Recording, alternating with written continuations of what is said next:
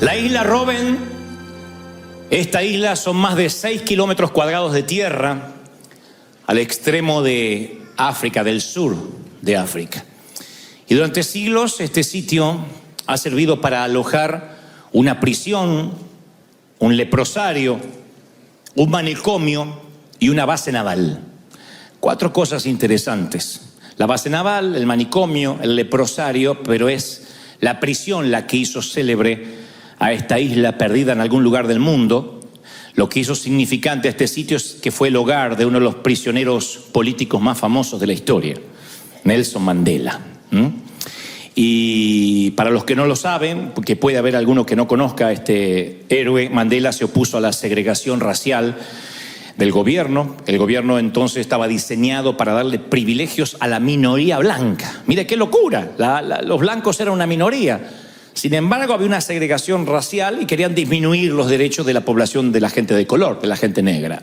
Entonces decían que había autobuses para blancos, playas para blancos, hospitales para blancos, y obviamente los que ellos llamaban los negros, de manera despectiva, no podían postularse para cargos públicos y no podían vivir en vecindarios de blancos. El apartheid legalizaba el racismo y era realmente atroz. Y entonces Mandela recibió su educación en los mejores colegios cuando niño, hijo de madre cristiana, criado con valores cristianos, y a mediados de los años 50 Mandela era una amenaza.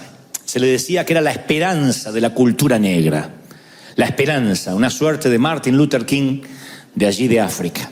Pero en 1962, por un tecnicismo fiscal y legal, lo mandaron a la cárcel, de manera injusta obviamente, y durante los siguientes 27 años, señoras y señores, pasó su vida tras las rejas. Casi 3 décadas, encarcelado injustamente. Y cuando uno piensa que pasó casi 30 años tras las rejas, uno se pregunta cómo puede ser que la estadía en la cárcel puede llegar a ser un plan de Dios. ¿Cómo puede ser que esto, en lugar de exaltar, exacerbar lo mejor de Mandela, no sacó su peor versión? ¿Podría venir algo bueno de encarcelar a un hombre inocente? Cuando vemos esta historia, y yo pienso en Mandela mirando durante 27 años, que claro, cuando uno lo dice así, dice, bueno, 27 años no es tanto en una vida de un hombre tan mayor, pero hay acá personas de 27 años, de 30, es toda una vida viviendo lo que estás viviendo de un modo diferente a tal cual lo conocías. Perder la libertad, pienso que es una de las cosas más espantosas que nos puede ocurrir. Yo decía en el servicio anterior que la libertad, salvando las distancias, es muy similar a la salud. Cuando uno la va perdiendo o la está perdiendo, recién la empieza a valorar. Uno no dice, doy gracias a Dios porque hoy estoy sano, porque mis pulmones funcionan bien, porque mis riñones están bien. Uno no da gracias por eso. Pero cuando de pronto tienes que hacerte diálisis o tienes que pasar por temporadas en camas de hospital, en camas de hierro, con sueros intravenosos, con respiración asistida, empiezas a valorar la salud. Uno no la da por sentada. La salud la damos por sentado, a menos que tengas una salud frágil. La mayoría damos por sentado la salud, el tener voz, el poder hablar. Le digo siempre al Señor que no quisiera algún día, aunque sea muy viejito, tener Alzheimer, porque mi mamá lo tuvo. Me veo como un hombre formulando preguntas de la nada o recordando solo algunos episodios fragmentados y me da pavor. Entonces, una de las cosas que yo no doy por sentado es la mente. Yo trabajo con la mente, como decía recién Zapata, somos la reserva intelectual de Latinoamérica, y para un sistema cognitivo intelectual uno debe tener la mente en perfectas condiciones. Perderla me aterra. Perder la libertad me aterra más aún, porque la libertad también la damos por sentado.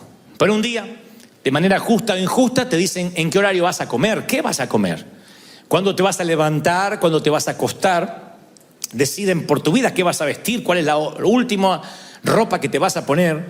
Y ahí uno se da cuenta que esas cosas nimias, esas cosas triviales como ¿dónde vamos a comer hoy? ¿Nos tomamos algo por allá? ¿Salimos al cine? Son lujos que no vas a volver a tener si te privan de la libertad. Mandela tuvo que aprender a convivir con esa soledad, con el infortunio de estar entre rejas por 27 años. Pero la pregunta es, ¿podría haber una estrategia mayor del Creador detrás de una temporada tras las rejas? Mi pregunta es, sin esa prisión, sin esas casi 3 décadas, ¿se habría forjado este líder intelectual, refinado, cultivado? Cuando yo veo todo el mosaico de la vida de Mandela, cuando yo veo toda su vida de una manera en perspectiva, yo digo, es indudable que ese sufrimiento fue parte de su formación, de su carácter. Si el maestro estaba obrando algo extraordinario en Mandela y para eso permite que este caballero pierda su libertad tras las rejas, a mí me lleva a otra pregunta, casi por carácter transitivo, es, ¿no será que este también puede ser un modus operandi de Dios para muchos de nosotros? No estoy deseando que pases una temporada en la cárcel, pero digo, ¿no será que hay momentos en la oscuridad que debemos atravesar? Valles de sombra y de lágrimas que los pastores, los ministros solemos subestimar o minimizar diciendo, no diga eso, no lo confiese. ¿No será que parte de la formación de Dios en el carácter de cada uno de nosotros tenga que ver con situaciones que no son del todo gratas, no son del todo felices? Digo, porque si Mandela, después de esa temporada, sale de la cárcel y termina convirtiéndose en un presidente, en el primer mandatario de su país, es obvio que hubo un plan. Él mismo lo reconocerá. Dirá, si no fuera por la cárcel yo no me hubiese preparado, no habría estudiado, no había aprendido el arte de la negociación, el arte de capacitarme. Hubo una reingeniería mental en todo lo que él hizo a partir de estar confinado o privado de la libertad.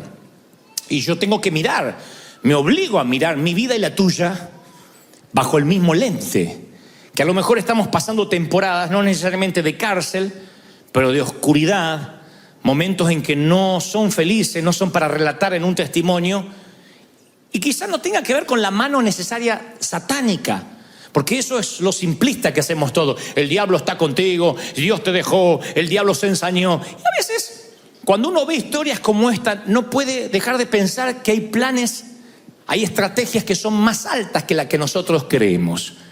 Si pudiéramos tener una máquina que pueda ir al pasado y le preguntamos a Nelson Mandela, cuando recién lleva 10, 15 años en la cárcel, si cree que esto puede devenir en un propósito divino, te va a decir quizás no. Capaz que sí, pero quizás te diga, no, yo no veo el propósito de Dios, solo quiero mi libertad.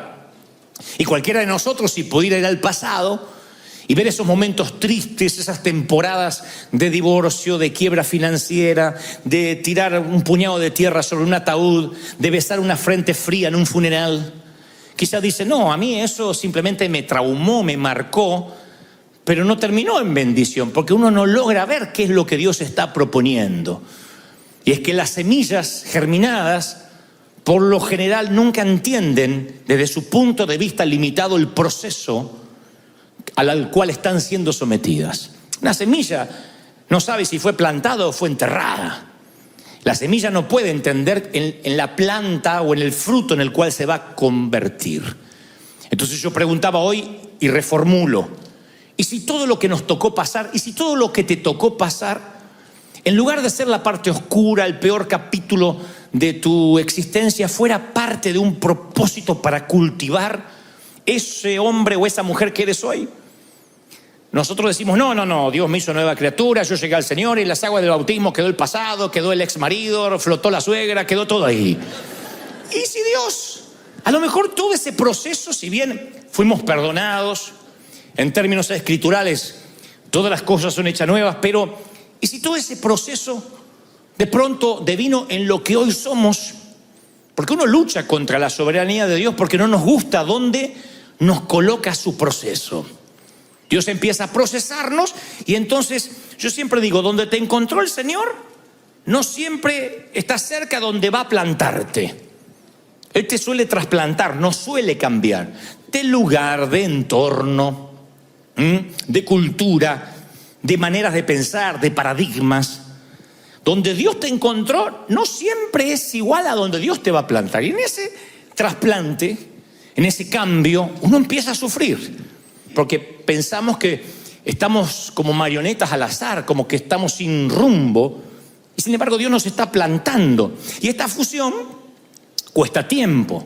Este cambio cuesta tiempo porque uno se acostumbra a lo cómodo y a lo familiar, y cuando empezamos a ver alrededor y no vemos un entorno reconocible, cuando Dios nos empieza a mudar, entonces uno empieza a sentirse la ansiedad de que dice, ¿por qué Dios me quitó de la zona cómoda, de la zona del confort? Decía en el servicio anterior que alguna vez leí de un libro del doctor David Cho que contaba la experiencia de las águilas, y dicho sea de paso, después lo vi en un documental, que las águilas, cuando hacen su nido, la mamá águila la hace con espinos, y encima luego coloca todo un colchoncito de barro, de paja, para que los pichones no sientan los espinos. Y uno, al ver la madre poner espinos y después el colchón encima, no entiende cuál es el propósito. Pero la mamá águila sabe que habrá un momento en que la comodidad de los pichones va a primar por encima del riesgo. Y entonces cuando los pichones ya tienen alas para volar, ella los empuja. Se ve en el documental que con el pico les dice, ustedes pueden volar, no son gallinas. Pero los pichones se parecen mucho a nuestros hijos. A los mamuts que dicen, yo me quiero casar pero tengo 42 recién y no sé si me van a mimar como mi mami que me hace la sopa. Entonces, reciban esta palabra del corazón: espino debajo del colchón, espino en los calzones, en algún momento sale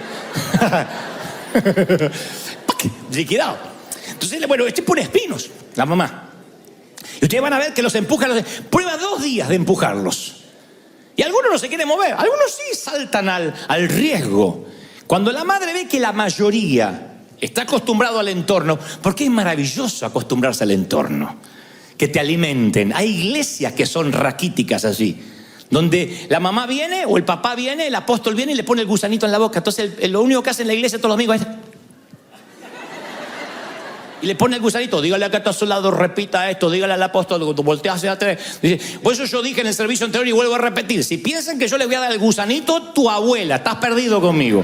Vas a crecer, vas a madurar y vas a depender de Dios y vas a saber que Él es tu ayudador, tu cuidador y el que te hace crecer.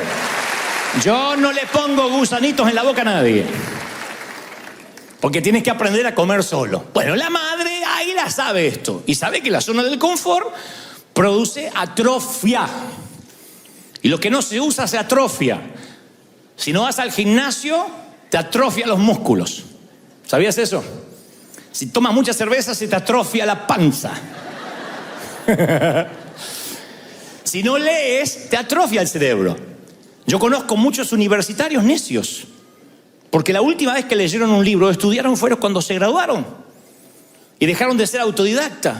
Y por más que dicen tengo un título y ostentan un título universitario, son gente que empiezan a ser sabios en su propia opinión, no se recicla, no tienen una reingeniería, no se reinventan, entonces van perdiendo hasta el léxico, la manera de hablar, porque no son autodidactas, porque lo que no usas, como el cerebro, también se atrofia.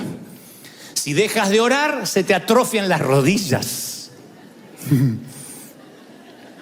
Si reemplazas Netflix por la Biblia, se te atrofia la Biblia y se te atrofia la lectura espiritual, se te va atrofiando. Entonces, cuando alguien se atrofia, empieza a ser absolutamente dependiente de que otro lo ayude. Y eso puede ser peligroso. Dios necesita hacerte crecer. Cuando ve que algo se atrofia, necesita que eso crezca. Los pichones de águila ven que se están pinchando y dicen, entre una muerte segura y una muerte probable, vamos a elegir la probable. Y se tiran más allá de los riscos, y van a ver en los documentales que pum, pum, pum, se pegan contra los sitios más altos, hasta que finalmente se dan cuenta que son águilas y pueden volar. Pero hay un par que mueren en los nidos, así que tal vez te estabas esperanzado que el mamú se vaya. Hay algunos que mueren en los nidos, ahí desparramados en tu cama, diciendo, no, estoy esperando la voluntad de Dios, y no se va a mover. Pero la mayoría sale cuando siente que está entre espinos. Yo pienso en esta metáfora y digo, sí, porque Dios nos traslada a veces a campos irreconocibles, donde allí es que nosotros vamos a empezar a conocer lo que es el crecimiento, lo que es desarrollarse. Yo he conocido personas, creo que en mi edad he conocido a personas de las más interesantes que ha habido en el mundo. Me he sentado con gente que ni en mis sueños más descabellados pensé que Dios me iba a dar la providencia divina de estar. Entonces, mirando la historia de lejos, puedes decir, bueno, Dios te privilegió, Dios tenía un plan, sí, claro que lo tenía, Pero la gente suele mirar nuestra tierra prometida y no valorar o no estimar el desierto. Y si me vas a buscar a mí, cuando yo era un muchachito, mi papá me llevaba a los aeropuertos a ver cómo despegaban los aviones. Esa era la salida del sábado. Vamos a ver cómo, mira, uno grande, ¡ay, uno chiquito! Y de tanto en tanto decía, papá, ¿y yo podré volar en uno de esos? ¡Está loco! Porque eran así alentadores los papás de antes. ¡Está loco! ¿Sabes lo que sale? Viajar ahí. Aparte, ¿a dónde vas a ir? Porque nosotros pensábamos que no había más mundo aparte de Argentina. Sabíamos de México, algo por el Chapulín, pero hasta por ahí nomás. Pero no sabíamos que había otro mundo. Y me acuerdo de esos tiempos donde yo estaba convencido de que mi vida iba a quedar así. Y si también usas la misma máquina del tiempo para ir a ver a Mandela cuando joven, o en la cárcel, para irme a verme a mí cuando niño, te hubiese dicho, no, estoy con zapatos despegados, heredando los pantalones de mis hermanos. ¿Cómo voy a pensar que Dios puede tener un plan? Yo hubiese estado convencido que yo no estaba plantado, que yo estaba enterrado.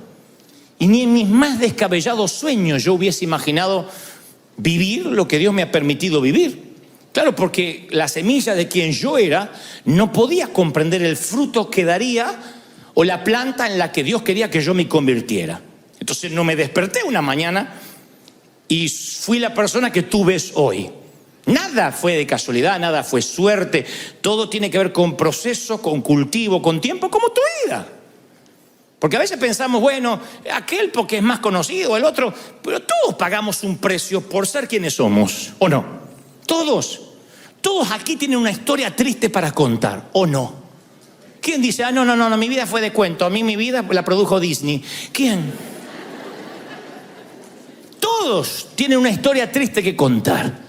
Todos dicen, wow, yo tengo una temporada en el hospital, yo tuve temporadas en el panteón, yo pasé por divorcios, por crisis. Lo que pasa es que las iglesias nos volvemos demasiado higiénicos, hacemos de la Biblia una Biblia aséptica, la higienizamos demasiado para decir, no, hay que vivir en victoria, está todo bien, y nos ponemos caretas. Pero todos vivimos crisis, momentos difíciles. Lo que pasa es que en el proceso de la cuna a la tumba perdemos la autenticidad. Pero si pudiéramos realmente ser auténticos, todos pagamos un precio para estar donde estamos. Y pagaste un precio para tener hijos, pagaste un precio para no tenerlos, pagaste un precio por estar solo, pagaste un precio por estar casado. Y ese precio, ese costo, lo asumes como algo natural, pero tiene que ver con una línea, una línea de tiempo, tiene que ver con una línea de relato. O sea, tu vida no son una serie de cuentos cortos que no tienen conexión. Es una línea, es un relato. Dios sabe dónde ibas a pasar, dónde te ibas a criar, por una soberana razón, porque quería que crecieras. Lo que pasa es que Él no nos muestra los planos, y eso es lo que nos pone mal. Es posible que ahora mismo estés pasando una temporada difícil y te cuesta conectar los puntos. Dice, ¿y esto en qué me va a servir? Cuando teníamos nosotros que compartir la misma fruta, una mandarina para 4 hermanos, y me decías, ¿con esto vas a aprender algo? Yo decía, ¿qué voy a aprender con esto? Nada. Es como el que está en una sala luchando contra el cáncer. No puede entender que algo va a aprender. Pero después, cuando somos enredaderas fuertes y miramos hacia atrás, nos damos cuenta que lo que parecían ser accidentes, infortunios, es lo que nos forjó al ser el hombre que hoy somos, la mujer que somos. Es como que Dios sentaba bases y después volcó el concreto para empezar la construcción. Pero uno no se daba cuenta. Uno maldice donde nace, el entorno, pero es porque el maestro no nos permite ver los planos. Él dice, tú confía que yo trabajo. Nunca pensé yo que Dios iba a trabajar conmigo, que estaba trabajando conmigo. De verdad. Cuando yo voy a cualquier país le digo, ustedes no se comparen conmigo. Nunca van a ser como yo, porque ustedes son más aventajados que yo. Van a la universidad. Pregunto siempre, ¿quiénes aquí tienen estudios terciarios? Y la mayoría. Digo, yo no terminé la escuela secundaria. Entonces no me digas que te vas a comparar conmigo porque yo tuve más desventajas. ¿Quién de aquí tiene síndrome de Asperger? Y la mayoría no. Bueno, entonces no te compares conmigo. Porque cuando uno está luchando con síndromes, con problemas, con traumas, tiene que abrirse paso y pagar un precio mayor. Lo que pasa es que yo no sabía que yo era una semilla y Dios estaba trabajando. Yo pensé que Dios me había abandonado. Desde aquel niño que la maestra, porque las maestras de antes eran tan sutiles, desde aquel niño que la maestra me dijo en 4º grado, pero Goebbels, usted es tarado, que no puede dar una lección oral, y que yo me oriné frente a todos. Desde aquel niño, y en ese entonces no era que ibas a tu casa y decías, la maestra me llamó tarado, y la mamá quería incendiar el colegio. Eran tiempos que la mamá apoyaba a la maestra. La maestra me pegó, algo habrá hecho. Fin de la charla. Y yo me acuerdo que de aquel niño que dijeron tarado frente a todos, a este hombre que a veces voy a un país y hay un presidente que me quiere ver, y Dios sabe que no estoy contando esto con petulancia, Dios sabe el corazón con lo que lo cuento. Yo digo, esto tiene que ser un error. Y Dios me muestra que no, que hubo un proceso en el medio, que hubo un trato para mi carácter, para pararme, para enfrentar la vida. Un líder, alguien con carácter, no nace de la noche a la mañana, cuesta 30 años un éxito de la noche a la mañana. Las 10.000 horas de vuelos se adquieren ¿cómo? Volando. Nadie puede ser un piloto con 10.000 horas de vuelo sin haber volado. Entonces ese desierto nos va capacitando, como a nosotros como iglesia. Cuando éramos un grupo de dependientes de los anglos, no hubiésemos nunca podido comprar este lugar. Pero Dios nos metió en un proceso, que afortunadamente no fueron 40 años, pero un proceso de desierto. Moisés saca toda la muchachada de Israel, de Egipto, y esos muchachos eran esclavos. Si uno va a ver las leyes de salubridad que Dios les dio, hasta le dio leyes de higiene, de cómo tenían que bañarse, cómo tenían que higienizarse las mujeres, porque eran animalitos, eran esclavos, sin dignidad, sin futuro. ¿Cómo Dios iba a hacerles conquistar la tierra prometida tan rápido en 3 meses, que dice que lo que se presume en meses hubiesen llegado a Canaán? Pero lo estuvo dando vueltas por el desierto en un proceso que si tú fueras a preguntarle, ¿van a alguna parte? Te diría, no, yo ya vi ese médano 10 veces. Para mí que Moisés no está en su juicio cabal. Pero cómo Dios transforma esclavos en soldados sin pasarlos por el crisol. Los transforma de la misma manera que transforma Mandela, 27 años en la prisión en la isla Robben, para que sea ese hombre que después el mundo conoció. Lo que pasa es que cuando uno está en el proceso no sabe que está haciendo historia. Yo siempre digo que la vida es un trayecto de 3 días. El día de la cruz, el día que uno está en la tumba, muerto, y el día de la resurrección. El día 1 uno lo reconoce, el día 3 también. El día 2 uno nunca sabe que lo está viviendo. Cuando estás muerto y te cierran la piedra, uno no se da cuenta que es parte de un relato. Uno dice, ya está, me morí, se terminó. Me divorcié, me separé, me dejaron. Vino la suegra a vivir conmigo. Uno dice, es mi muerte para siempre. Uno no sabe que está en un relato. Pero Dios dice, confía que yo estoy trabajando. Y hay momentos que Dios ve que nos empezamos a atrofiar. Los creyentes nos atrofiamos. Los ministros nos atrofiamos. Empezamos a repetirnos a nosotros mismos.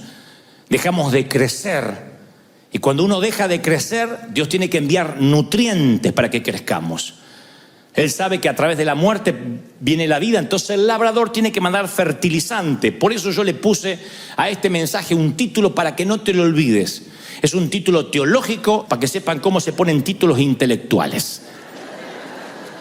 Estiércol para crecer.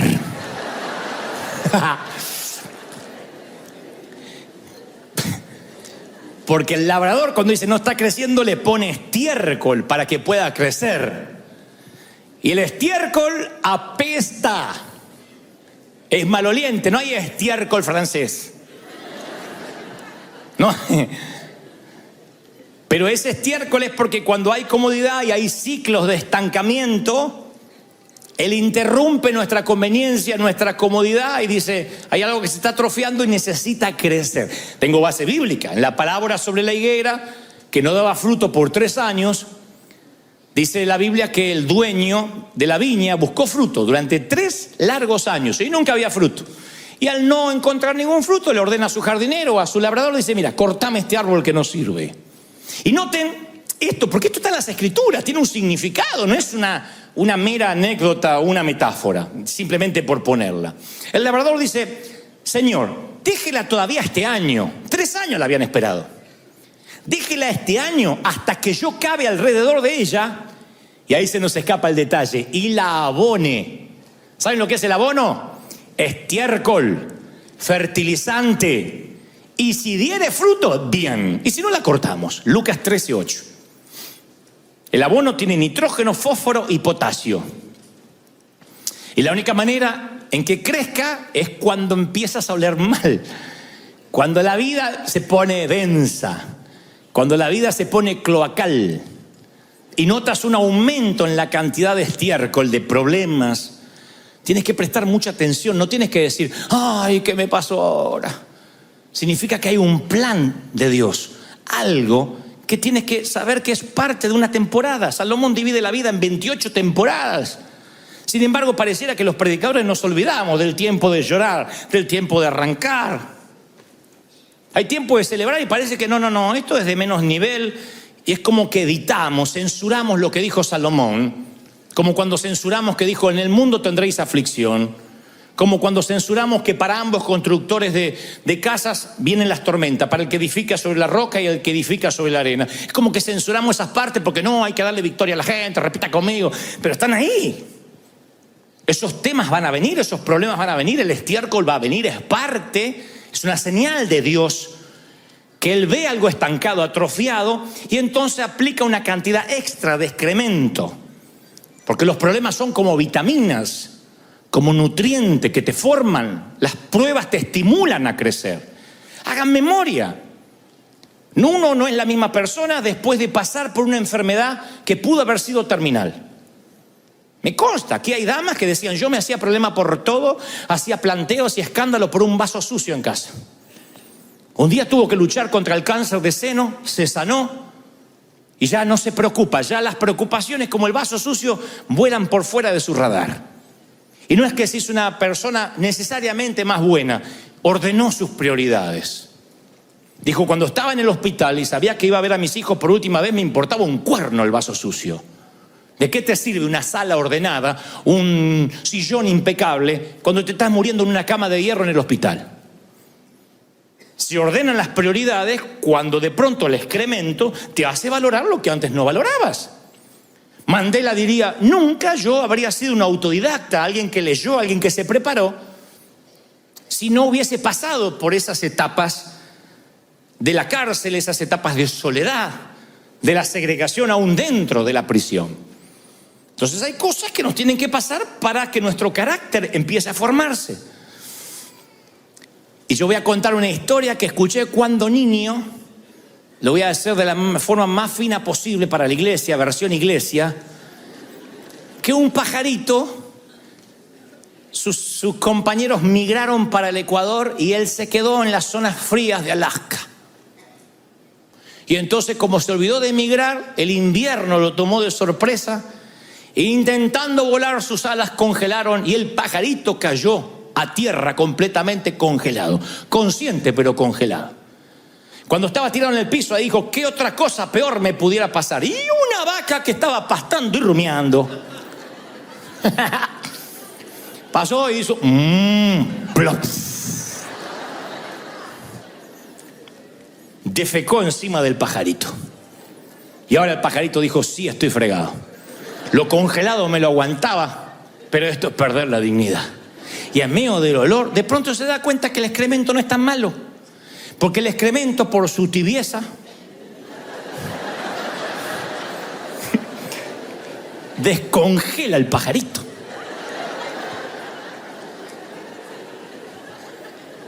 El hielo se derrite, prueben.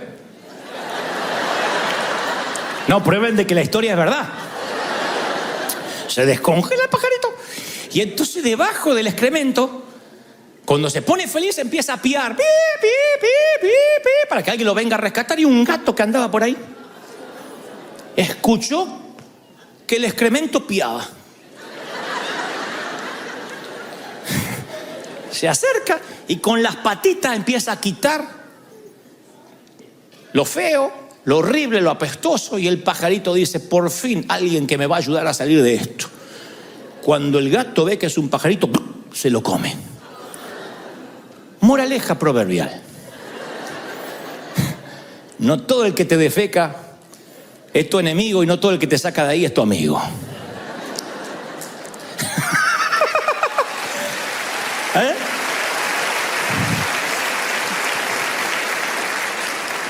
Entonces, hay momentos que nosotros nos quejamos por algo que se atrofió, por algo que se nos congeló. ¿Qué hace Dios? Abono. ¡Pluf! Pasa la vaca de la vida y cae sobre ti. Y si te empiezas a quejar o a piar, lo más probable es que salgas de ahí antes de tiempo y corra riesgo tu vida, literalmente. Porque uno tiene que pasar por el proceso del abono, del fertilizante. Es una señal de que hay áreas que deben ser tratadas. Ahora, yo sé que preguntas, y vamos, ¿cómo puede ser de Dios que yo todavía esté enfermo? Es injusto. ¿Cómo puede haber sabiduría en que yo siga con el cáncer propagado en el cuerpo? Otros dicen, vivo pagando el mínimo de la tarjeta todos los meses, me están comiendo los intereses y me dices que hay un propósito divino. ¿Estás diciéndome que perdiera mi trabajo con todo lo que hice yo por esa compañía? ¿Puede que Dios esté manejando los hilos detrás? ¿No es más lineal, más fácil decir, lo malo Satanás, lo lindo de Dios? Me enfermé, Satanás. Y aunque escrituralmente Dios no es el dueño de la enfermedad, ni te la envía, podemos ir a cientos de ejemplos donde Dios levanta el vallado, como en la vida de Job, donde va a comenzar un proceso porque Dios lo determinó.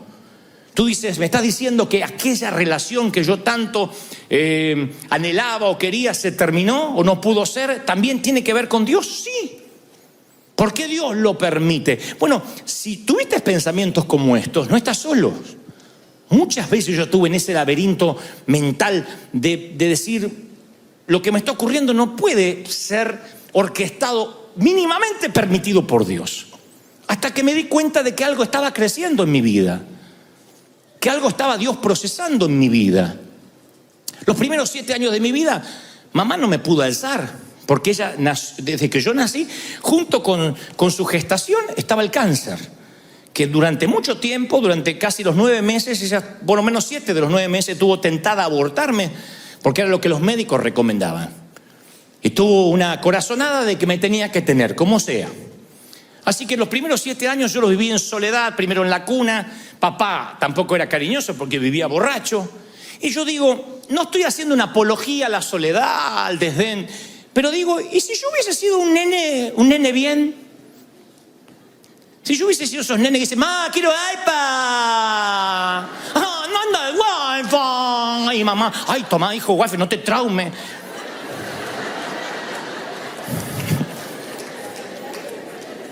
¿Vieron que hay madres así? ¡Ay, la clave para el nene, la clave! ¡Que el nene está llorando! Hacen los nenes. Yo capaz que hubiese sido esa clase de gente que de adulto cree que el mundo le debe algo. Cree que Dios le debe algo. No piden, exigen, hacen pactos con Dios. Pacté por tal cosa. ¿Quién cuerno eres para pactar? Es alguien que de chiquito corrió, le trajeron el iPad, quiero el celular nuevo, el mocoso no hay para comer, pero él tiene el celular nuevo. Que acá no pasa esto, afortunadamente, todos esos padres vienen en el primer servicio. Pero imagínate. Yo digo siempre, tal vez yo no fuera el hombre que soy. No digo que soy un hombre excepcional, pero yo me acostumbré a viajar liviano, a no ser desagradecido. El por favor y el gracias forman parte de mi estilo de vida. Tenga empleados o no, o subalternos o no, el por favor y el gracias se me inculcó, porque las cosas había que pedirlas por favor. La madre te hacía comer lo que había. Siempre me decía, vas a comer la polenta, porque hay nenes en África que no tienen. Unas ganas de mandar por FedEx la polenta a África.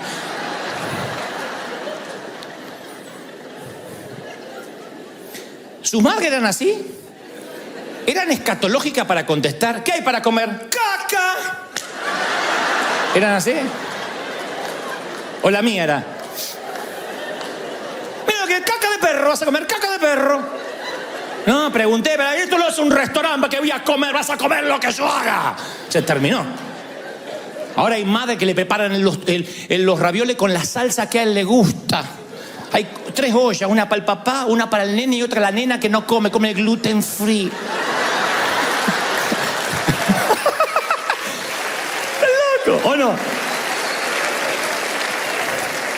Y las madres sabían esto del excremento, porque decían, caca vas a comer, porque así uno crecía. Y no es que te daban excremento, pero es la manera de decir, no pregunte más. Vas a comer lo que hay para comer. Punto, se acabó. Y creo que mucho de esta generación que valoramos, que respetamos, y tenemos muchos defectos, por supuesto. Estoy hablando de aquellas cualidades que son inherentes a nosotros, son por esas, trazando una línea de puntos hacia el pasado, por esos momentos difíciles, que Dios sabía a quiénes íbamos a llegar, de qué manera. Él estaba brotando una nueva vida. Entonces, todo aquello que pasó no era una profecía de destrucción, de que las cosas iban a ir mal. Él nos mete en un ambiente controlado, en una suerte de invernadero, vivero. El Padre te trasplanta, invierte tiempo y nunca va a dar la vuelta y abandonarte. Lo que intento decir es que si estás pasando una temporada difícil, es que Él ya te puso en un ambiente controlado, donde hay lluvia, donde hay calor, tierra homogénea, húmeda, que es lo que te va a hacer crecer, pero uno en el momento no lo puede ver. Lo que sí te puedo decir de parte del Señor, que ese campo que estás ahora plantado no es tu cementerio, no estás enterrado, estás plantado, mi querido. Dios está haciendo que crezcas, Dios está usando ese terreno para cultivarte, ¿o no? Y esa es la manera que nosotros nos vamos desarrollando, vamos creciendo, nos vamos haciendo fuerte. ¿Qué es una semilla si no es plantada? Nada, es semilla. Colocas una semilla en un cofre y en 10 años, ¿qué tiene? Semilla. Ahí es cuando uno entiende lo que Jesús dijo. Les aseguro que si el grano de tierra no cae en tierra y muere, el grano de trigo no cae en tierra y muere, se queda solo. Pero si muere, produce mucho fruto. Ahí uno empieza a cambiar la mentalidad y dice, yo no tengo que huir de todo lo que me pasó. No huyas. Yo sé que el Evangelio nos ha dicho, deja el pasado atrás. Bueno, en términos de resentimiento, de dolor está bien. Pero tu background es tu background, tu vida es tu vida. Este hombre, esta mujer que eres, fue aquel niño de carencias, de hogares, de falta de cariño, de falta de abrazo. Por alguna razón Dios te mantuvo en un ambiente controlado para que seas esta persona. Y no estoy redimiendo tu dolor, no estoy diciendo, bueno, no importa el dolor, o en su defecto minimizándolo. Yo sé que hay mujeres aquí que fueron abusadas cuando niñas y no hay manera de vestir eso con un cuento. Porque cuando te roban lo más preciado que tienes, que es la inocencia, te cambian la vida tal como la conocías. Así que no te estoy diciendo agradece que fuiste abusada, porque sería una falacia, una locura de mi parte. Lo que digo es que aún así había un ambiente controlado. Pero ¿por qué Dios lo permitió? No puedo decir por qué permitió Dios 27 años de cárcel de Mandela. Porque hay cosas que pasan. Yo sé que hay nutrientes que tienen que ver con nuestra formación. Y todo sirve. Todo. Dios es un Dios que recicla. Dios es un Dios que no tira nada. Dios es un Dios que dice, yo voy a usar aún las malas experiencias del pasado para que en tu presente seas canal de bendición, para que sepas cómo ayudar, cómo bendecir. ¿O no? Para que entiendas. Mira si no pudiéramos nosotros entender la pobreza, no ayudaríamos. Entender lo que es el hambre, uno ayuda. Pero no sé si uno puede entender el hambre si nació en el Palacio de Buckingham. No sé si yo hubiese nacido en Beverly Hills y entendería la necesidad y hablaría como hablo. Yo siempre decía, porque estuve muchos años sentado del otro lado del mostrador, en términos metafóricos. Y yo siempre decía, ¿por qué los predicadores en algún momento predican para otros predicadores? Y se llenan de léxico, que en este momento vamos a empoderar el Cronos, el Kairos y el Cronos se va a empoderar y el rema ahí viene sobre el Logos, recibe. La gente dice, recibo, ni tiene que cuerno lo que está recibiendo, pues recibe. Yo digo, yo no me tengo que olvidar que la gente tiene vidas reales. A nosotros, Dios nos llama a trabajar para Él y uno se empieza a olvidar que la gente tiene vidas reales. Con deudas, con cuentas, con parientes, con comadre, con renta, con acreedores. Entonces esa vida real es el proceso real de Dios. Es la gente viviendo vidas reales. Son los ingredientes. Entonces no somos unas marionetas en manos del azar. Nuestra vida es una historia elaborada de principio a fin, no es una correlación de cuentos cortos sin conexión. Bueno, el tiempo que me divorcié, el tiempo que me volví a casar, el tiempo que me despidieron. No.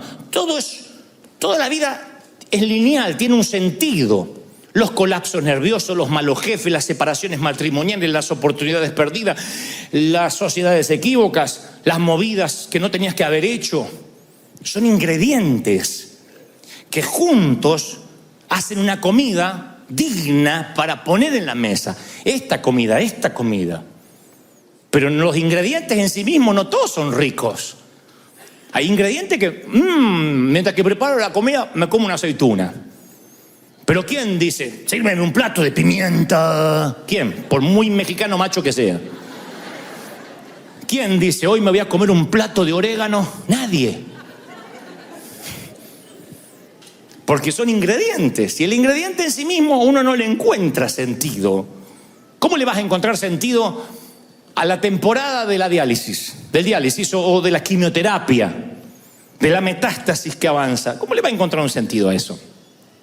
Y yo no estoy magnificando o glorificando la enfermedad. Lo que trato de decir es que yo estoy seguro que son ingredientes para enseñarte algo, para que ayudes, para que bendigas, para que entiendas. Hay un propósito en tu tropiezo. Hasta en tu tropiezo hay un propósito. Porque algunos viven maldiciendo a la ex, diciendo, ¿para qué me metí con esa loca? Si yo podía volver el tiempo atrás, es la loca esa, ni la escuchaba, o ese desgraciado. Pero en ese tropiezo, que hoy alberga un remordimiento en nuestro corazón, Dios dice, no, yo lo voy a redimir. Tiene que ver con parte de tu vida. Tú no serías, a lo mejor en este matrimonio que estás ahora, no valorarías el amor como lo valore, los detalles, si no hubieses pasado por allá. Amén, dijo una, ¿viste? Dios bendiga a ese marido feliz que les lleva la comida, la cama y todo seguramente. Son cosas que uno empieza a valorar a partir de malos incidentes, de malas situaciones que uno dice, aprendí. Uno dice, me equivoqué porque yo metí a este en un círculo íntimo cuando debió estar en el círculo de afuera. Porque yo mismo di demasiada confianza. Porque confié, porque no probé el carácter, como dice Pablo, que primero sean sometidos a prueba. Yo tenía que haber visto cómo ese caballero reaccionaba cuando el hotel está cubierto y no tiene dónde dormir. Yo tenía que haberlo visto cuando la maleta se retrasa, a ver cómo reacciona. Yo tenía que haberlo visto reaccionar ante situaciones cotidianas y ahí haber probado su carácter para después no entregarle una responsabilidad más grande y darme cuenta que tenía un carácter putrefacto. Pero uno no prueba. Entonces, ¿qué uno dice? Aprendí, no me pasa más. Habrá alguien acá que dice, esto no me pasa más. Y bueno, y ese es el excremento, ese es el estiércol. Cuando estás un tiempo, yo estoy seguro que si el pajarito de la historia sobrevivió, dice, no levanto el pico más. Uno aprende. Dios no te lleva a esas situaciones para dejarte en un callejón sin salida. Yo he aprendido a valorar las relaciones fallidas, las oportunidades perdidas, el dinero desperdiciado, las decisiones imprudentes. Y no estoy diciendo, cualquier cosa, total, después se va a condonar o redimir. No, pero me toca entender que esto que te ha pasado en la vida tiene un propósito. Todo, tu niñez, tu infancia, los sueños no mueren. En tu ADN está el poder de la resurrección, porque esa misma tierra que crees que te enterró es la que te va a ayudar a subir, te va a ayudar a subir otra vez, a reingeniería, a comenzar una nueva reingeniería, a reinventarte, a crecer. Alguien tiene que decir amén. Vas a crecer. Todo sirve. Lo bueno, lo malo, lo mediocre, todo sirve. Y eso es lo maravilloso de la vida. Pero cuando uno está rindiendo el examen, uno cree que es arbitrario, que tenemos un Dios parcial, injusto. Y cuando pasamos esas situaciones nos empezamos a doler. Yo a veces le digo a personas, agradece por el tiempo que has pasado en el valle de sombra y de muerte, porque puedes escribir sobre ellos. Yo no creo en nadie que me diga, como dije hace unos domingos atrás, quiero que Dios me use en cosas grandes y no tenga heridas que exhibir. Que no lo hayan criticado, que no lo hayan dilapidado, porque este es un ambiente muy hostil, porque el pueblo evangélico es uno de los pocos ejércitos que remata a sus heridos. encontrarás muy pocas iglesias que son hospitales del alma. La mayoría son museos de santos. Y en cuanto ven que fallas, ¡bum!, te liquida a otro lado porque apestas. Entonces tienes que estar preparado, no solo para el enemigo que está delante, sino para el propio entorno. ¿Dónde se aprende eso? En la universidad de la vida. Que uno quiere no enfermarse del ébola, tiene que darse una pequeña dosis de ébola. Eso es la vacuna. Te dan una pequeña dosis de aquello que quieres combatir. Y ahí generas el anticuerpo, ya tiene el ébola tu cuerpo. Lo que pasa es que no nos dicen que eso son las vacunas. Decimos, nos dieron algo contra la gripe. No, te inyectaron gripe. ¿No lo sabían? Me dieron algo contra la gripe para que no me enferme. Te pusieron gripe en el cuerpo. Una pequeña dosis de gripe para que las defensas suban y no estés propenso a enfermarte gravemente. Entonces, cuando alguien quiere ser curado del rechazo, ¿qué hace Dios? Excremento para que te rechacen. Ay, que Dios me ayude en la baja estima. Van a venir y te van a decir, ay, qué gorda que estás, se te cayó el trasero, me parece. Señor, si pedí que me ayudara, ¿te está ayudando, Señor? Para que diga, mucha honra, tengo este trasero y no te importe. Trasero caído con seguridad vale más que trasero levantado con una mujer insegura. Anoten para los proverbios.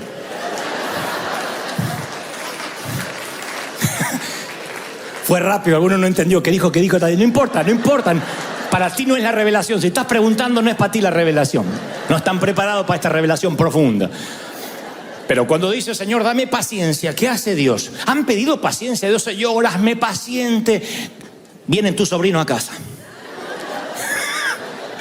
Hazme paciente, ayúdame, Señor, porque quiero ser paciente y que mi carácter... Y viene la suegra, buena.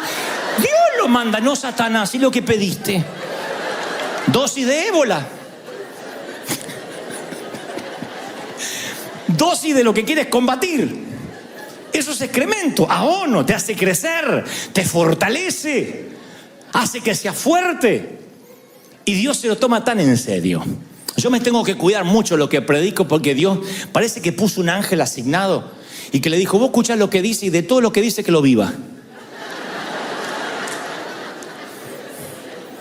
Entonces, termino una conferencia y se me da por hablar que la paciencia, porque Dios nos hace paciente. Y si tú eres paciente, porque la vida pasa una sola vez, valora los detallitos, no estés apurado. Hay un ángel que dice, bueno, listo, mañana operación hispano en migraciones. Y el otro día voy con la maleta y me tocan esos que estresarían a un monje tibetano marihuanero. ¡Ay!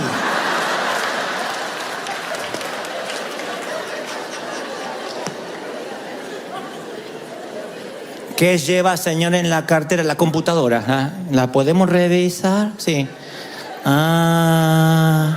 Sáquese el cinturón. Ya me lo saqué. Bueno, puede volver a pasar con una paz y el avión que se está yendo. Digo, ¿de verdad tengo cara de narco? ¿De verdad? ¿De verdad? Abra la computadora, ¿la puede prender? Y cuando la voy a prender dice, espéreme, y se va a hablar a otro lado así con una paz. Yo digo, Señor, ¿por qué? ¿De verdad moriste en la cruz por ella? ¿De verdad?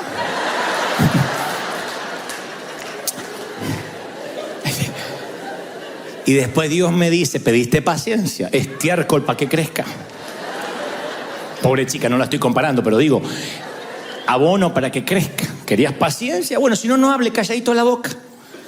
Entonces, cuando tú le estás pidiendo algo al Señor, viene la prueba, viene la crisis, y tiene que ver con eso que Dios quiere formar. Bueno, a Mandela lo confinaron a una celda de 2 por 2 metros, con una ventana que daba al patio. Estaba leyendo que tenía una mesa, un balde para lavarse y afeitarse, una manta, una silla.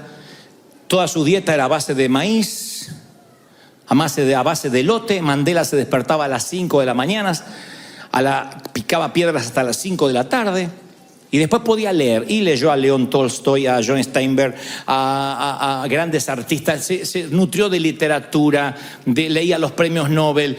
Empezó a nutrirse porque él decía, tengo que usar este tiempo muerto. Y no estudió como hoy los presos lo hacen, sino que lo hacía de una manera autodidacta. Se ganó el favor de los guardias que tenían la tarea de molestarlo. Cultivó una relación por 27 años con todos los internos, discutía teología. Y a la edad de 72 años, cuando la mayoría de las personas estarían dándose por vencidas, él salía de la cárcel y se dio cuenta que no tenía resentimiento. ¿Cómo 27 años de cárcel no producen algo de resentimiento? Si nosotros nos toca 3 meses en el hospital y vivimos exigiéndole a Dios por qué. No puede ser que 27 años no produzcan la peor versión de este hombre, sino que exacerben lo mejor. Diría Mandela, al salir por la puerta hacia el portón que me llevaría hacia la libertad, sabía que si no dejaba mi odio y mi amargura atrás, todavía estaría en la cárcel, o lo que es peor, la cárcel nunca se iría de mí. Y los periódicos titularían en letra de molde: Mandela nunca fue destruido por el rencor. Es un Mandela refinado y distinto al que conocimos. Y 4 años después de ser liberado, fue electo presidente, acabó con la segregación racial, condujo al país a la igualdad. Claro, Dios necesitaba un líder refinado, educado, inteligente, que dominara el arte de la paciencia, de la negociación. ¿Y dónde lo formó? En la prisión. Allí formó a Mandela. Si esto no es suficiente para que entendamos que la vida que pasamos no hay que maldecirla, sino que agradecer, que hay que agradecer la niñez, lo que nos faltó, los zapatos despegados, los pantalones rotos, que hay que agradecer compartir la mandarina entre 4, a ver qué gajo le tocaba a cada quien. Algo Dios nos quería enseñar. No puede ser que Dios tome una semilla, se la olvide y diga: ay, me olvidé que la había plantado. Era un ambiente, hoy me doy cuenta que era un ambiente controlado. La enfermedad de mamá, la borrachera de papá, era un ambiente controlado. Las críticas que he tenido, el bullying de las maestras, era un ambiente controlado por Dios. Era estiércol, era fertilizante. Y cuando Dios me escoltó hacia el portón, en la salida del dolor, yo me aseguré de dejar la ira y la amargura atrás. Porque después yo, si no me sanaba de mi pasado, iba a contaminar el mensaje. Y yo soy el camarero que puede, con las manos sucias o las uñas descuidadas, arruinar el menú que el chef prepara en la cocina. Yo tengo un montón de defectos, de verdad, no es modestia. Un montón de defectos y cosas que Dios tiene que tratar conmigo y que afortunadamente ustedes nunca sabrán. Pero nunca he contaminado el mensaje. Ni cuando me han criticado, me han dilapidado, me han dicho de todo. Yo nunca pasé a predicar con rencor o con bronca, o usé este estrado para mandarle un mensaje a alguien. Nunca. Porque la palabra de Dios es pura. Y el proceso haga que tú tengas que transmitir lo que Dios quiere que transmita. Yo he entendido de que si Dios, el labrador, me llevó todo un proceso, no va a permitir que yo produzca un vino amargo. Tanto tratar con la vid, tanto fertilizarme. Imagínense que ahora yo produzca un vino amargo. No, tú y yo vamos a producir un Cabernet Sauvignon, un Malbec argentino, como que el que me regala acá el hermano. Bueno, no iba a decirlo.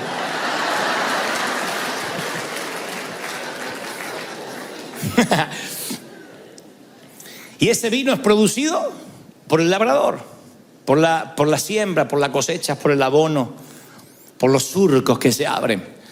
Mi querido, yo no estoy diciendo que te vayas hoy pensando: bueno, entonces redimo mi dolor. No, pero yo quiero que cierres la etapa del dolor con agradecimiento. Eso es lo que quiero que hagas hoy.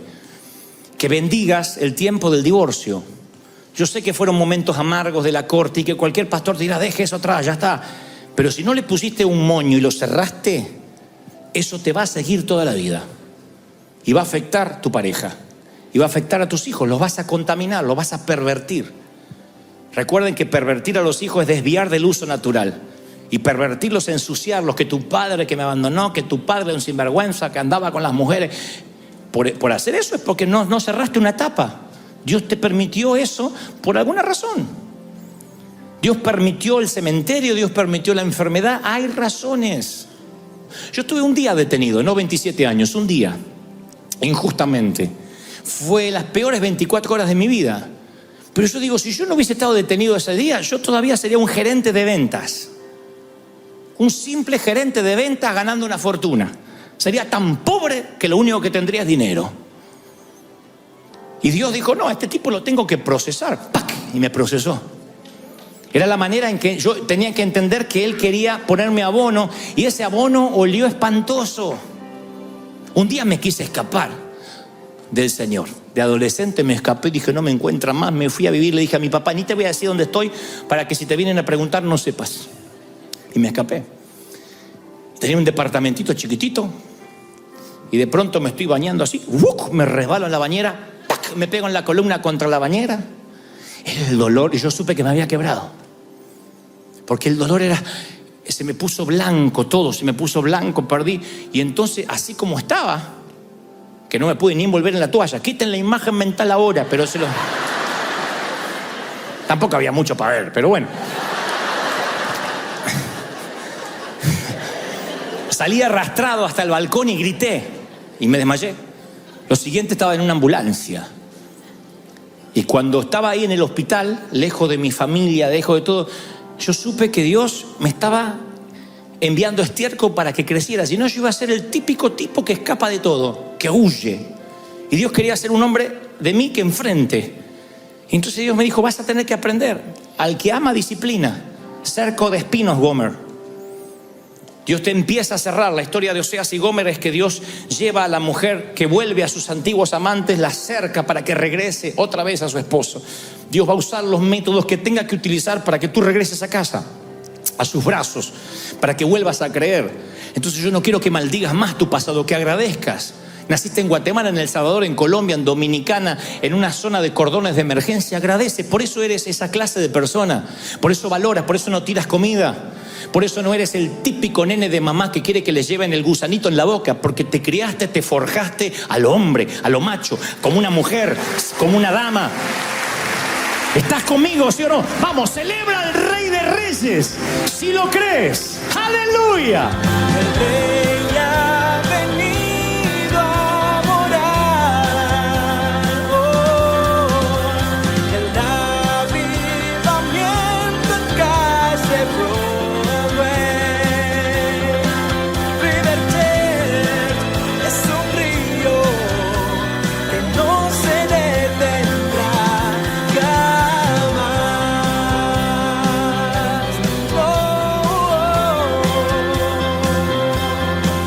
Rivertet es un río que no se detendrá jamás.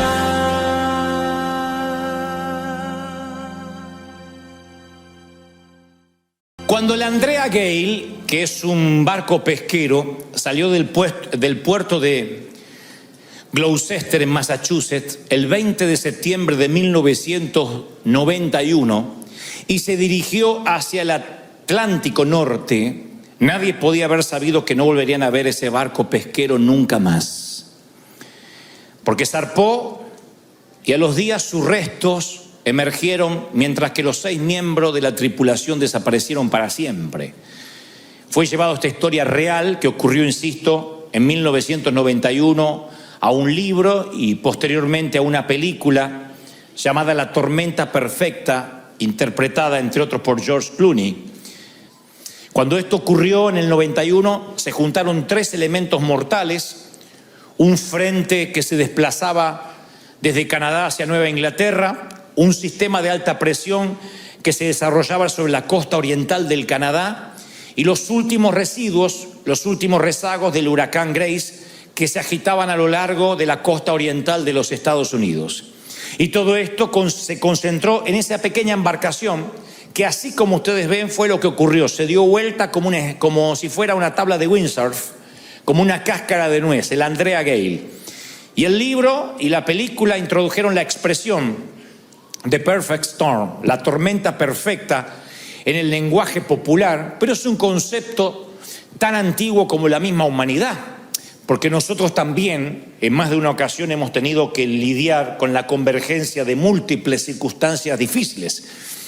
Entonces, 1 o 2 o 3 dificultades las puedes, pero cuando aumentan y amenazan áreas críticas como las finanzas, las relaciones, el trabajo, la salud, nos preguntamos ¿hasta dónde vamos a soportar? Nos tocan que de pronto tenemos tantos frentes abiertos que no sabemos para dónde correr. Uno está enfrentando esto y se te abre otro frente allí. En términos de computación sería que se te abren muchas ventanitas, como cuando tienes, o en el celular, muchas aplicaciones abiertas. Se te empieza a hacer lento el aparato y además los gigas de memoria se te van consumiendo. Esto llevado a la vida es igual, se te va consumiendo la energía, se te va drenando la unción. Entonces de repente es tanto lo que hay que enfrentar que literalmente te sientas en el ojo del huracán. Yo le decía al Señor, ¿por qué muchas personas que están viniendo a River, que son de nuestra familia, están atravesando una tormenta perfecta? Y Él me mostró varias cosas que a mí me volaron la tapa de los sesos, te lo digo de verdad. Lo primero que descubrí en el caso de este barco pesquero que les mostré recién, que es una historia verídica, por cierto, es que hay dos clases de temor que uno puede tener en la vida. Un temor es bueno, es un instinto necesario para sobrevivir. Es aquel que está empapado de adrenalina. El primer temor, el que es bueno, es aquel que nos sale cuando uno está en medio de la tormenta. Es ese temor que uno dice, bueno, tengo que hacer frente, hay que salir. Estoy en el medio de la tormenta, es lógico que tenga miedo. El ponerte un cinturón de seguridad porque de pronto hay turbulencias en el avión. El abrigarte porque hace frío. Hay un cierto temor, me voy a abrigar porque no me quiero enfermar. Hay un temor que se enfrenta. Se llama instinto normal de supervivencia. Después hay otro miedo, que es el miedo a no embarcar, que es el temor a que podría haber una tormenta. Y este es el primer punto de la mañana, porque yo sé que muchos viven con temor a emprender, a comenzar, a embarcar, porque ¿qué tal si me embarco y allá hay una tormenta? Y entonces se pierden bendiciones que Dios ya preparó. Entonces yo creo que hay mucha gente que no emprende, no sube a la barca, y para ellos no va este mensaje. Este mensaje son para los que han subido, para los que están en medio de una tormenta, porque las tormentas en el mar, para tener una tormenta en el mar hay que estar arriba de un barco. No puedes quedarte en la playa a ver cómo se hunde el resto. Si no se hunden, hijos, vamos a ir. No, hay que embarcar. Las aventuras se viven allá, las historias se viven allá, en el medio del mar. Hay una vida y alguien tiene que llegar a la muerte vivo. Alguien tiene que llegar a la muerte vivo. Pero no te voy a hablar de la Andrea Gale, que es una historia verídica, sino de otra historia verídica que tiene más años, que el evangelista Marcos lo relata así, Marcos 4:35. Dice, al atardecer, Jesús le dijo a sus discípulos, crucemos al otro lado del lago. Así que dejaron a las multitudes y salieron con Jesús en la barca. Pronto se desató una tormenta y olas violentas entraban en la barca y empezó a llenarse de agua. Los discípulos iban a aprender una lección difícil, una que todo creyente debe aprender hoy, y que tiene que ver con que la vida duele. Uno puede estar en la voluntad perfecta de Dios y vivir una tormenta perfecta. Parece una bobería, pero lo diré tantas veces hasta que se nos meta en la cabeza, porque a mí me cambió el chip hace muchos años y me bendijo esta palabra. Yo venía de la iglesia donde se decía que si estabas en tormenta te saliste de la voluntad de Dios. A algunos le habrán dicho algo así. Vos sabés que estoy pasando unas crisis bárbaras, estoy discutiendo con mi novio, estoy mal con mi esposa. Vos sabés que con mi hijo me agarró una etapa de rebeldía. ¿No estarás fuera de la voluntad de Dios? Como si las tormentas perfectas no pudieran ocurrir en la voluntad perfecta de Dios. Yo voy a esta historia y no veo que el diablo los instó a meterse al mar de Galilea. Fue Jesús que dijo, boguemos y vamos al otro lado. Entonces, si Jesús dice, vamos al otro lado, es que la voluntad de Jesús, la voluntad de Dios, es estar en el mar. Y ahora en el mar hay una tormenta. Entonces uno tiene que aprender que no hay un fast pass para evitar las tribulaciones. Que toda la gente hace fila en el cartel que dice tribulación y tú pasas, soy convertido, y vas adelante. Vas a pasar por las mismas tribulaciones. Vas a pasar por las mismas crisis, vas a pasar por los mismos dolores, vas a tener otra esperanza, otra fe, pero las tribulaciones no se evitan. Digan que aprendí este principio hace muchos años, que salí de ese evangelio light de que no voy a tener nunca tribulaciones si hago la voluntad de Dios. ¿Cómo que no? Si no, los matrimonios nunca discutirían, los hijos serían todos Heidi drogadas, ¿sí? Ay, sí, papá, todos. Las empresas te irían siempre bien, las iglesias crecerían siempre, si es la voluntad de Dios. ¿Por qué hay cosas que salen mal? Si es la perfecta voluntad de Dios. Yo me acuerdo de comprarnos un auto y después se nos fundía el auto. ¿Por qué? Porque habíamos comprado barato, porque no llevamos un mecánico a la hora de la compra. Ustedes saben lo que es comprar un auto usado en nuestro país. Y entonces lo primero que me decía, ¿oraste antes de comprar el auto? Por ahí no fue la voluntad de Dios. ¿Qué voluntad de Dios? Y con los $200, ¿qué quiere que compre? Pero era como que siempre el temor, no oraste. Esto no es la voluntad de Dios. Si sale bien es la voluntad de Dios. Si no, inventamos otra palabra. La voluntad permisiva. ¿Oyeron esa estupidez? No, estoy en la voluntad permisiva. ¿Qué es la voluntad permisiva? Hay una voluntad de Dios y se acabó. Moisés, ve y libera a mi pueblo. O si no, libéralo por la mitad, permisivo. Es decir, una sola orden. Entonces no hay voluntad perfecta y voluntad. Hay una voluntad de Dios y punto. Esas voluntades de Dios son tormentas. Dios envía a Moisés a que libere al pueblo de la esclavitud y endurecía el corazón del faraón. ¿Cómo puede ser? Señor, me estás enviando y provocas una tormenta. Dios nos envía a nosotros a construir, a edificar una iglesia en términos espirituales. Y de pronto nos quedamos sin dinero, nos quedamos en crisis terribles, no sabíamos dónde congregarnos, estaban las tarjetas de crédito atiborradas de los que sembraban, no podíamos devolver los préstamos. Y yo decía, Señor, si esta es tu voluntad, ¿por qué pasamos todo esto? Y Dios me decía, porque es mi voluntad. Porque yo te invité a embarcar. Porque te invité a embarcar y cuando te invito a embarcar voy a probar tu carácter, voy a probar el carácter de la gente, de la iglesia, voy a hacerlos crecer, voy a hacerlos madurar. Tiene que ver con un propósito de Dios. Quiero que te grabes esto, en la perfecta voluntad de Dios hay tormentas perfectas. Dios te empuja a aguas turbulentas muchas veces para que aprendas a confiar en la voluntad de Dios. No es el castigo a la desobediencia lo que te está pasando, es el resultado a la obediencia. Si entendemos esto, se nos resuelven 80% de los problemas de la vida. Porque siempre estamos pensando, problemas Satanás, bendiciones Dios, y no es tan lineal. Porque yo veo la vida de Jesús con muchos problemas, la propia vida del maestro, ni hablar de los discípulos o los profetas. Entonces no es tan lineal. Cosas malas Satanás, cosas buenas Dios. Como decir, bueno, Real Madrid cosas malas, el Barça cosas buenas. No es así.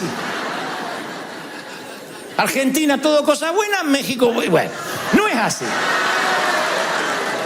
No, se dan cuenta, no se enojen, no es lineal, no es así. Bueno, pero en muchas ocasiones pensamos, somos lineales y estamos en problemas, esto tiene que ver con el diablo. No, son tormentas que vienen por creerle a Dios.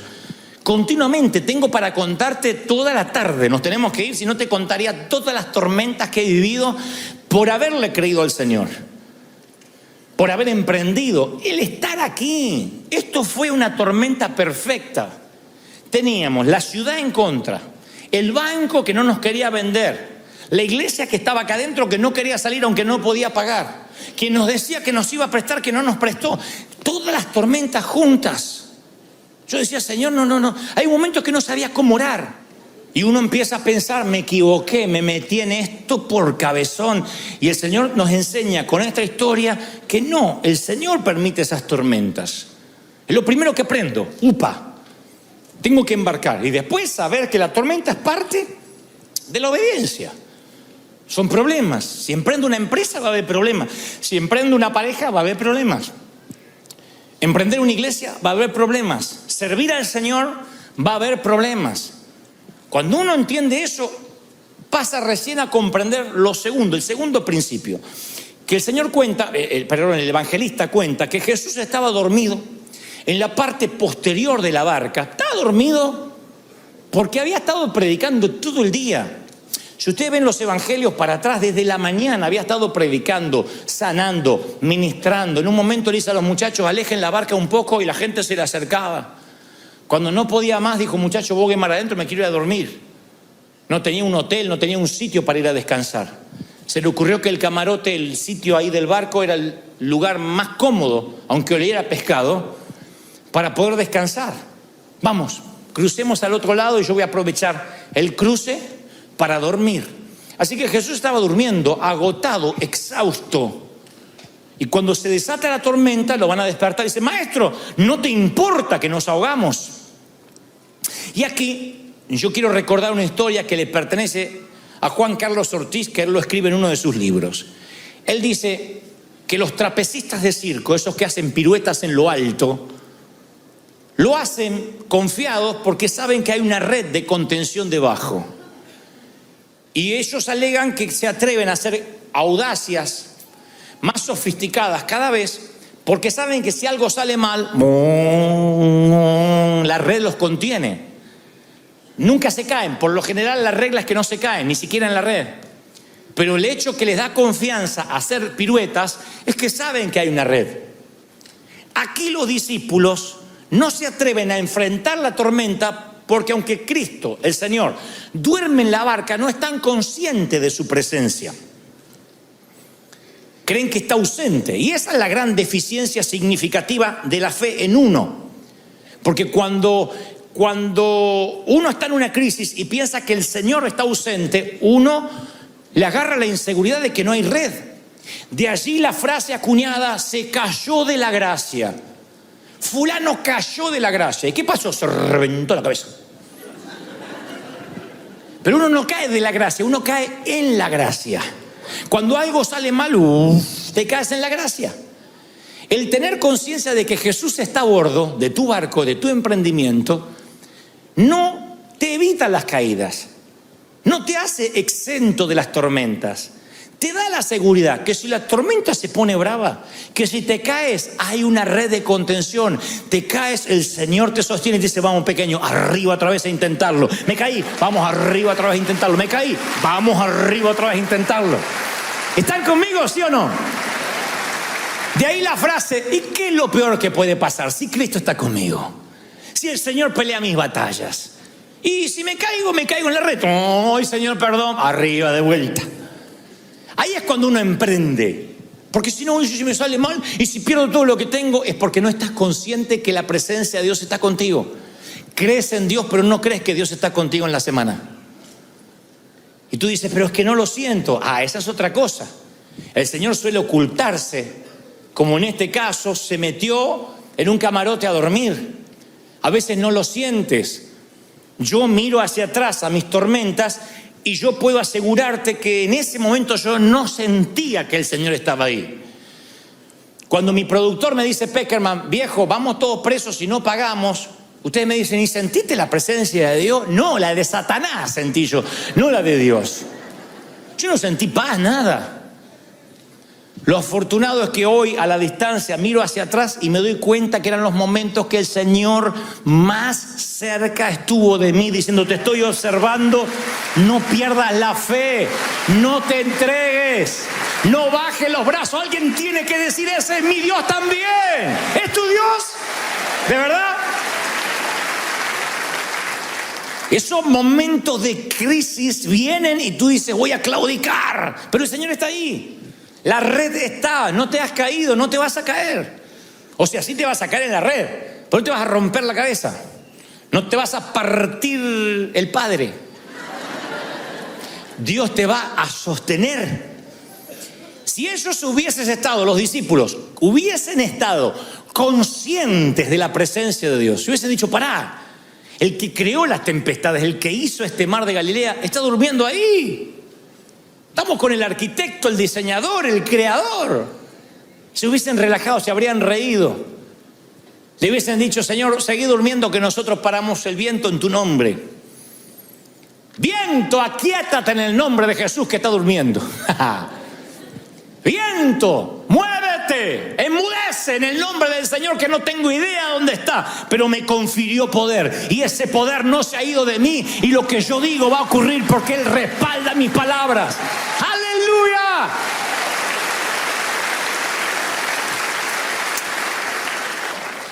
¿Y cuál es el propósito de las tormentas? ¿Para qué? Escuché a algunos predicadores decir: el Señor sabía que iba a venir una tormenta y por eso los metió ahí y se durmió a propósito. Si bien es un tecnicismo escritural de que el Señor sabe todas las cosas, Yo no creo, me inclino a pensar que Jesús no provocó esa tormenta. Aprovechó una tormenta para que ellos aprendieran algo. Ya bastante tormenta nos da la vida como para que Dios tenga que provocar otras. La vida nos da tormenta. Yo puedo decir con certeza que nadie tiene escasez de tormentas en su vida. Y hay tormenta para pesqueros y para navíos de infantería, para grandes naves insignia y para botecitos. Tormenta hay para todo el mundo. El Señor lo prometió. Así que cuando le despierta, le dice: Señor, nos vamos a morir. Él dice: ¿por qué tienen miedo? ¿Todavía no tienen fe? Y estos comentaban aterrados: ¿quién es este hombre que hasta el viento y las olas le obedecen? Fíjense que todavía estaban enfocados en su humanidad, porque no dijeron qué clase de Dios es. ¿Qué clase de hombre es? Dijeron. Todavía estaban enfocados en que Jesús era humano, a pesar que lo habían visto resucitar gente, multiplicar comida. ¿Quién es este hombre? Y el Señor le dice: ¿por qué tienen miedo? ¿No tienen fe? Y ahí se desprende que lo opuesto de la fe no es incredulidad. Lo opuesto de la fe es el miedo. Lo opuesto a la fe es el miedo. Porque uno dice: bueno, no embarcas porque es incrédulo. No embarcas porque eres miedoso. Y tienes que vencer el miedo, porque fe es vencer el miedo, es decir, me atrevo, vamos a comenzar. ¿Qué puede salir mal si hay una red debajo? La fe engendra confianza y la incredulidad engendra temor. Y el temor, insisto, te paraliza.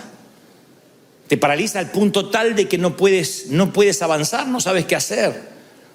Yo aprendí algo hace muchos años de un querido hombre de Dios llamado Ítalo Frigoli, que me enseñó que lo mejor de pasar por una tormenta es tener un destino, siempre. Hay que enfocar la vista en lo que no se mueve. Cuando Pedro vio los vientos, dejó de ver al Señor. Los vientos no se ven, los vientos se sienten. Sin embargo, no hay una sola traducción que no diga quirúrgicamente: y Pedro, viendo los vientos, se ahogó o se hundió. Yo es como que había una mala traducción, como que tenía que haber dicho: y sintiendo los vientos. No, viendo los vientos. Los vientos no se ven. Por muy intensos que sean, los vientos no se ven. ¿Cómo uno puede ver los vientos? Significa desenfocar la mirada.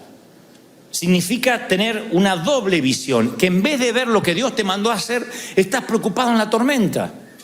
Y pierdes la noción de la presencia de Dios. Y pierdes la noción del destino. Entonces, desde nuestro punto de vista, los días pueden que sean inciertos. No sabemos el contenido de nuestros días. No sabemos cuántos días serán, pero conocemos el destino. El Señor dice: yo te llevo a casa. Jesús fue a preparar lugar para nosotros. Juan 14:1. Aún si tenemos que pasar por la muerte, hay un destino.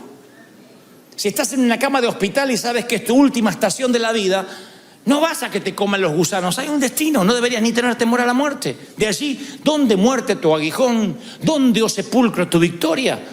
No hay aguijón, no hay victoria en el sepulcro, porque conoces tu destino.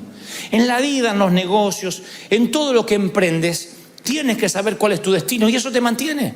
No te vas a caer. No te vas a caer. Ahora, el hecho más indiscutible en la vida no es si vas a tener tormenta o no. Las tormentas te van a encontrar. Sí o sí, porque a mí me han encontrado siempre. Las tormentas te van a encontrar. Puedes ser alguien miserable que nunca embarque, pero si embarcas va a haber tormentas. Seas pesquero, seas una nave insignia militar, las tormentas te van a encontrar. Lo único indiscutible, lo único seguro es: si edificas sobre la roca, vas a permanecer, vas a pasar, va a ser una historia para contar. Va a haber naufragios, sí, a veces vas a perder el barco. En la vida a veces se pierde el barco, ¿saben? Pero tú vas a llegar a destino. Dios le dice a Jonás dónde tiene que ir, y en el trayecto se desvía, y en el trayecto hay un barco que naufraga, un pez que lo traga, pero te va a vomitar en tu destino. Yo digo siempre que cuando Jonás estaba en el vientre del pez, solo tenía una oración: Señor, hazme salir por donde entré.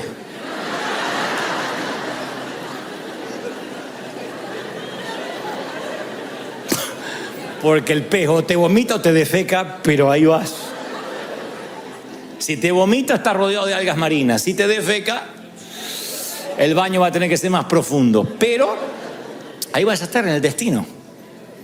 Entonces, aunque estés lleno de algas, y vas a ir a la orilla de tu vida, donde Dios quiere que estés. Tener un destino es un seguro contra tormentas, pero no para que no vengan, para resistirlas. Decir, bueno, yo ya sé a dónde Dios me va a llevar. ¿Qué puede salir mal? Y que te caigas. Y hay una red. Te caes en la gracia.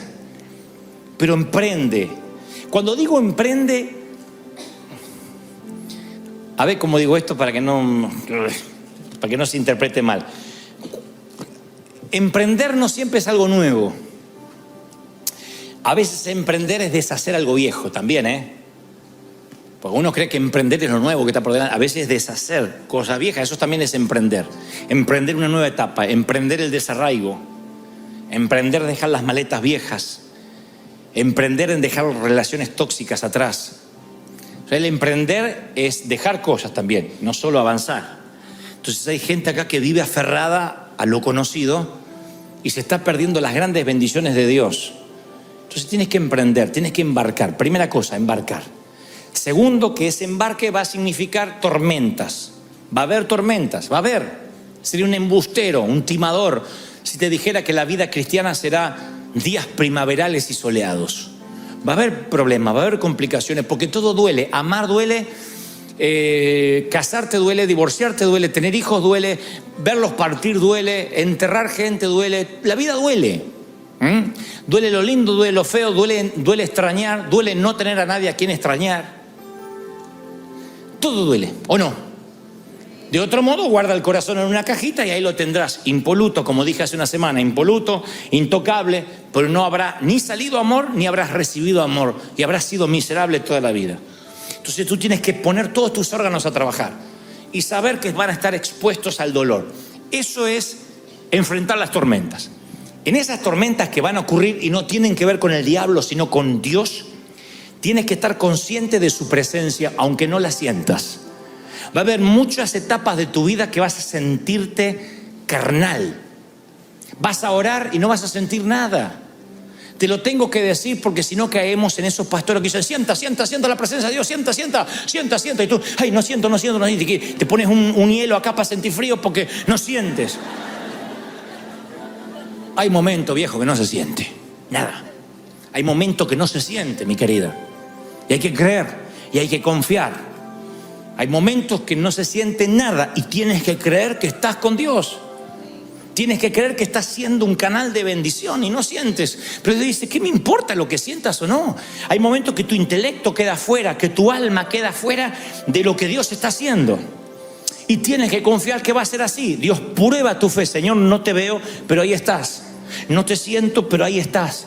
Y hay momentos que viene y te apapacha y te abraza. Y hay momentos que no te abraza, pero no te deja de amar. Tú eres mamá y papá de tus hijos, los abraces o no. Los amas, estés cerca o estés lejos. Y ellos tienen que saber que tienen un papi y una mami, estés cerca o en otro estado o en otro país. Dios es igual. A excepción de que Él es omnipresente, Él no está en otro estado, está a bordo siempre. Está a bordo del hospital, está a bordo del cementerio, está a bordo de la quiebra, está a bordo entre las cuentas para pagar. El Señor está. Cuando estás consciente de esa red, recién cuando estás consciente de que si te caes todo va a estar bien, ahí te das cuenta de que tienes un destino, es que vas a llegar. Dios te dijo, pasemos al otro lado. Vas a llegar al otro lado como sea. Yo te prometo que vas a llegar. Soy humano y como pastor te digo, no voy a dejar a nadie atrás. Vamos a llegar, se supone que estamos juntos en esto. Vamos a llegar al otro lado, herido, malherido, rengo, cojo, pero vamos a llegar a destino porque Dios dijo, vas a llegar al otro lado. ¿Lo estás creyendo de verdad? ¿Lo crees? ¿De verdad que lo crees? Vamos, dale un aplauso al Señor y dile, yo creo en ese Dios, el Dios de las tormentas. ¡Aleluya!